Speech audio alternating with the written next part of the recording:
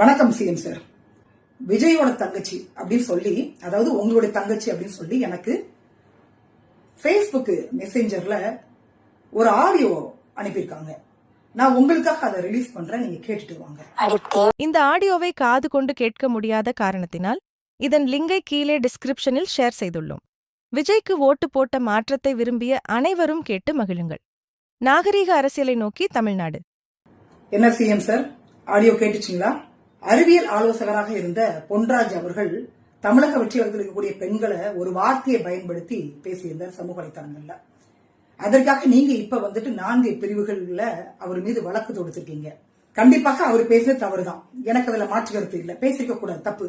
எந்த பெண்களாக இருந்தாலும் சரி அந்த வார்த்தையை பயன்படுத்தி பேசக்கூடாது. ஆனால் உங்க தங்கச்சி, உங்க ரசிகை, உங்க கட்சிக்காரங்க அப்படின்னு சொல்லி சமூக வலைத்தளங்கள்ல என்ன மாதிரி வரக்கூடிய பெண்களுக்கு கொலை மிரட்டல் கொடுக்கிறது, ஆசிட் ஊத்திடுவேன் அப்படின்னு சொல்றது, செக்ஷுவல் ஹாரஸ்மெண்ட் பண்றது, முன்னாள் முதலமைச்சர் முன்னாள் துணை முதலமைச்சரோட ஒப்பிட்டு பேசுவது, இது எந்த வகையில சரியாக இருக்கும்?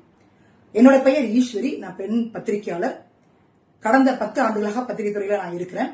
உங்க ஆட்சி வந்த பிறகு நடக்கக்கூடிய குற்றச்சம்பவங்களை அரசியல் விமர்சனமா நான் எடுத்து வைக்கிறேன். கடந்த 5 ஆண்டுகள்லயும் நான் இதைத்தான் பண்ணியிருந்தேன். டிஎம்கேக்கு எதிராக நிறைய செய்திகளை நான் வெளியிட்டு இருக்கிறேன், தைரியமா வெளியிட்டு இருக்கிறேன். ஆனால் இந்த மாதிரி ஒரு கொலை மிரட்டல் எனக்கு வரல. இந்திய அரசியலமைப்பு சட்டம் எனக்கு ரைட்ஸ் கொடுத்திருக்குது. ஆர்டிகல் 21 பிரகாரம் என்னென்ன செக்ஷன் இருக்கோ அதுல அனைத்திலையும் நான் கம்ப்ளைண்ட் கொடுக்க போறேன். உங்களையும் நான் நேரடியாக சந்திக்க போறேன். என்ன பண்ணலாம் அப்படின்றத நீங்க முடிவு பண்ணுங்க சிஎம் சார். வீடியோ பிடிச்சிருந்தா லைக் பண்ணுங்க, நண்பர்களுக்கு ஷேர் பண்ணுங்க, மறக்காம சொல்லரசியல் சேனலை சப்ஸ்கிரைப் பண்ணிடுங்க. நன்றி, வணக்கம்.